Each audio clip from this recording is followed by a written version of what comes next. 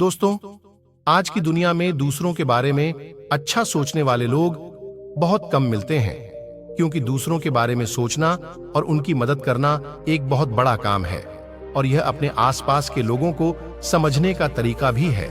इससे हमारे समाज में सद्भावना और सहायता को मजबूत करता है, क्योंकि किसी को समर्थन देना और उनकी जरूरतों को समझना बहुत महत्वपूर्ण है। क्योंकि कभी-कभी हमारी भलाई दूसरों की मदद करने में छिपी होती है। जब हम दूसरों की मदद करते हैं तो जीवन न हमें केवल खुशियों से भर देता है, बल्कि हमें नए मौके और सफलता की दिशा में भी आगे ले जाता है। और कभी-कभी हमारी छोटी सी मदद भी हमारे लिए बड़ा परिणाम दे सकती है। और वास्तव में जो व्यक्ति दूसरों के हित में अपने सुखों का त्याग कर सकता है, वही साधारण मनुष्य से ऊपर उठकर एक महामानव बनता है। तो दोस्तों, बिना आपका टाइम वेस्ट किए आइए इस बुद्ध मोटिवेशनल कहानी के माध्यम से समझते हैं। बहुत समय पहले की बात है। किसी नगर में हरीश नाम का एक नवयुवक रहता था। बेचारे के माँ बाप स्वर्ग सिधार चुके थे और गरीब होने के कारण उसके पास अपने खेत भी नहीं थे, जिससे खेती बाड़ी करके पेट पाल सके। औरों के खेतों में वह दिन भर छोटे मोटे काम करता और बदले में खाने के लिए आटा चावल ले आता। घर आकर वह अपना भोजन तैयार करता और खा पीकर सो जाता। उसका जीवन ऐसे ही संघर्षपूर्ण था। ऊपर से एक और मुसीबत उसके पीछे पड़ गई। एक दिन उसने अपने लिए 4 रोटियां बनाई। हाथ मुंह धोकर वापस आया, तब तक 3 ही रोटियां बची थीं। दूसरे दिन भी यही हुआ। तीसरे दिन उसने रोटियां बनाने के बाद उस स्थान पर नजर रखी। उसने देखा कि कुछ देर बाद वहां एक मोटा सा चूहा आता और एक रोटी उठाकर वहां से ले जाने लगता है। हरीश तैयार रहता है और वह फौरन चूहे को पकड़ लेता है। और फिर चूहा बोलता है, भैया, मेरी किस्मत का क्यों खा रहे हो? मेरी चपाती मुझे ले जाने दो। तब हरीश बोला, तुम्हें ले जाने दूं तो मेरा पेट कैसे भरेगा? मैं पहले से ही अपने जीवन से परेशान हूं और ऊपर से अब पेट भर खाना भी ना मिले तो मैं क्या करूंगा? ना जाने मेरे जीवन में खुशहाली कब आएगी। इस पर चूहे ने कहा, तुम्हारे सारे सवालों का जवाब तुम्हें मतंग ऋषि दे सकते हैं। हरीश ने पूछा, कौन है वह? तब चूहे ने उत्तर दिया, वह एक पहुंचे हुए संत हैं। उत्तर दिशा में कई पर्वतों और नदियों को पार करके ही उनके आश्रम तक पहुंचा जा सकता है। तुम उन्हीं के पास जाओ, वही तुम्हारा उद्धार करेंगे। हरीश चूहे की बात मान गया और हरीश अगली सुबह ही खाने पीने की गठरी बांधकर आश्रम की ओर बढ़ चला। काफी दूर चलने के बाद वह थक गया और उसे एक हवेली दिखाई दी। हरीश वहां गया और रात भर के लिए शरण मांगी। तब हवेली की मालकिन ने पूछा, बेटा कहां जा रहे हो? हरीश ने कहा, मैं मतंग ऋषि के आश्रम जा रहा हूं।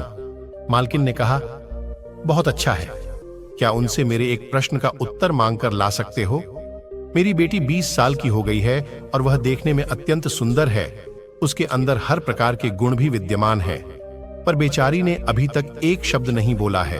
उनसे पूछना वह कब बोलना शुरू करेगी। और ऐसा कहते कहते मालकिन रो पड़ी। हरीश ने कहा, जी आप परेशान ना हो, मैं आपका उत्तर जरूर लेकर आऊंगा। हरीश अगले दिन आगे चल पड़ा। रास्ता बहुत ज्यादा लंबा था। रास्ते में उसे बड़े बड़े बर्फीले पहाड़ मिले। उसे समझ नहीं आ रहा था कि कैसे पार करूं।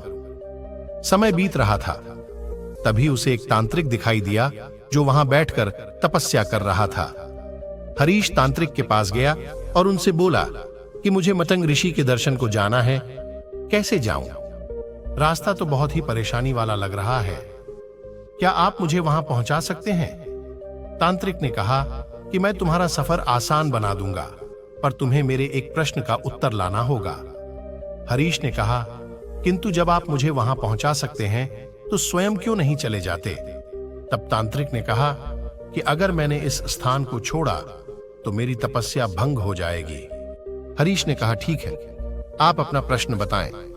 तब तांत्रिक ने कहा कि उनसे पूछना मेरी तपस्या कब सफल होगी और मुझे ज्ञान कब मिलेगा। हरीश ने कहा, ठीक है, मैं इस प्रश्न का उत्तर जरूर लाऊंगा। इसके बाद तांत्रिक ने अपनी तांत्रिक विद्या से हरीश को पहाड़ पार करा दिया और अब आश्रम तक पहुंचने के लिए सिर्फ एक नदी ही पार करनी थी। हरीश इतनी विशाल नदी को देखकर घबरा गया और तभी उसे नदी के किनारे एक बड़ा सा कछुआ दिखाई दिया। हरीश ने कछुए से मदद मांगी। हरीश ने कहा, आप मुझे अपनी पीठ पर बैठाकर नदी पार करा दीजिए। कछुए ने कहा, ठीक है। जब दोनों नदी पार कर रहे थे तो कछुए ने हरीश से पूछा, कहां जा रहे हो? हरीश ने उत्तर दिया, मैं मतंग ऋषि से मिलने जा रहा हूं। कछुए ने कहा, यह तो बहुत अच्छी बात है, पर क्या तुम मेरा एक प्रश्न उनसे पूछ सकते हो? हरीश ने कहा, जी, अपना प्रश्न बताइए। कछुए ने कहा, मैं एक असाधारण कछुआ हूं जो समय आने पर ड्रैगन बन सकता हूं। 500 सालों से मैं इसी नदी में हूं और ड्रैगन बनने की कोशिश कर रहा हूं, लेकिन मैं ड्रैगन नहीं बन पा रहा हूं। बस ये पूछ लेना कि मैं ड्रैगन कब बनूंगा। और हरीश नदी पार करके कुछ दूर जाने पर उसे मतंग ऋषि का आश्रम दिखाई देने लगा। आश्रम में प्रवेश करने पर शिष्यों ने हरीश का स्वागत किया। संध्या समय ऋषि ने हरीश को दर्शन दिए और बोले, पुत्र, मैं तुम्हारे किन्हीं भी 3 प्रश्नों का उत्तर दे सकता हूं। पूछो अपने प्रश्न। हरीश बड़ा ही असमंजस में फंस गया कि वह अपना प्रश्न पूछे या उसकी मदद करने वाली मालकिन, तांत्रिक और कछुए का। हरीश अपना प्रश्न पूछना चाहता था, पर उसने सोचा कि उसे मुसीबत में मदद करने वाले लोगों का उपकार नहीं भूलना चाहिए। उसे ये नहीं भूलना चाहिए कि उसने उन लोगों से उनके प्रश्नों के उत्तर लाने का वादा किया है। और तभी उसी पल उसने निश्चय किया कि वह खूब मेहनत करेगा और अपनी जिंदगी बदल देगा। लेकिन इस समय उन 3 लोगों की जिंदगी में बदलाव लाना बहुत जरूरी है। और यही सोचते सोचते उसने ऋषि से पहला प्रश्न पूछा कि हवेली के मालकिन की बेटी कब बोलेगी। तब ऋषि ने उत्तर दिया, जैसे ही उसका विवाह होगा वह बोलना शुरू कर देगी। तब हरीश ने ऋषि से दूसरा प्रश्न पूछा कि तांत्रिक को मोक्ष कब प्राप्त होगा। मतंग ऋषि ने उत्तर दिया कि जब वह अपनी तांत्रिक विद्या का मोह छोड़ उसे किसी और को दे देगा, तब उसे ज्ञान की प्राप्ति हो जाएगी। और हरीश ने तब मतंग ऋषि से आखिरी प्रश्न पूछा कि वह कछुआ ड्रैगन कब बनेगा। और फिर मतंग ऋषि ने उत्तर दिया कि जिस दिन उसने अपना कवच उतार दिया वह ड्रैगन बन जाएगा। हरीश ने मतंग ऋषि से उन सभी के उत्तर जानकर बहुत प्रसन्न हुआ।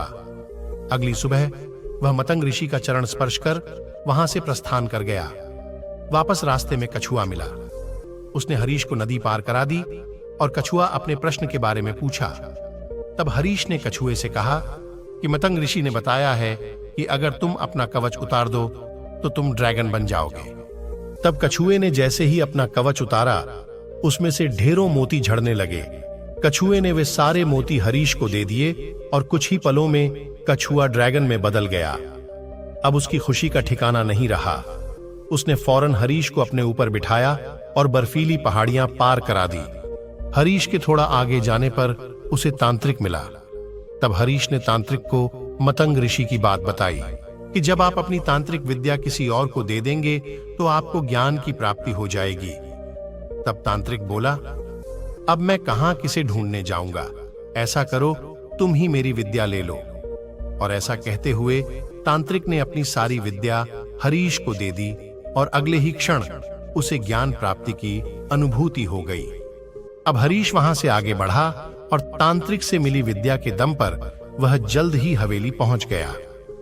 हवेली की मालकिन ने उसे देखते ही पूछा, क्या कहा मतंग ऋषि ने मेरी बिटिया के बारे में? तब हरीश ने बताया कि मतंग ऋषि ने कहा कि जिस दिन उसकी शादी हो जाएगी वह बोलने लगेगी। तब मालकिन बोली, तो देर किस बात की है, तुम इतनी बड़ी खुशखबरी लाए हो, भला तुमसे अच्छा लड़का उसके लिए कौन हो सकता है। और फिर दोनों की शादी करा दी गई और हवेली की मालकिन की लड़की सचमुच बोलने लगी। और फिर हरीश अपनी पत्नी को लेकर गांव पहुंचा। उसने सबसे पहले उस चूहे को धन्यवाद दिया जिसने मतंग ऋषि से मिलने की सलाह दी थी। और फिर हरीश ने अपने लिए एक आलीशान हवेली बनवाता है और अपनी नई हवेली में चूहे के लिए भी रहने की एक जगह बनवा देता है। अब हरीश अपना जीवन अच्छे से जीता है। दोस्तों, कभी जीवन से हार चुके हरीश के पास आज धन दौलत, परिवार, ताकत सब कुछ था, सिर्फ इसलिए क्योंकि उसने अपने प्रश्न का त्याग किया था। उसने खुद से पहले दूसरों के बारे में सोचा था।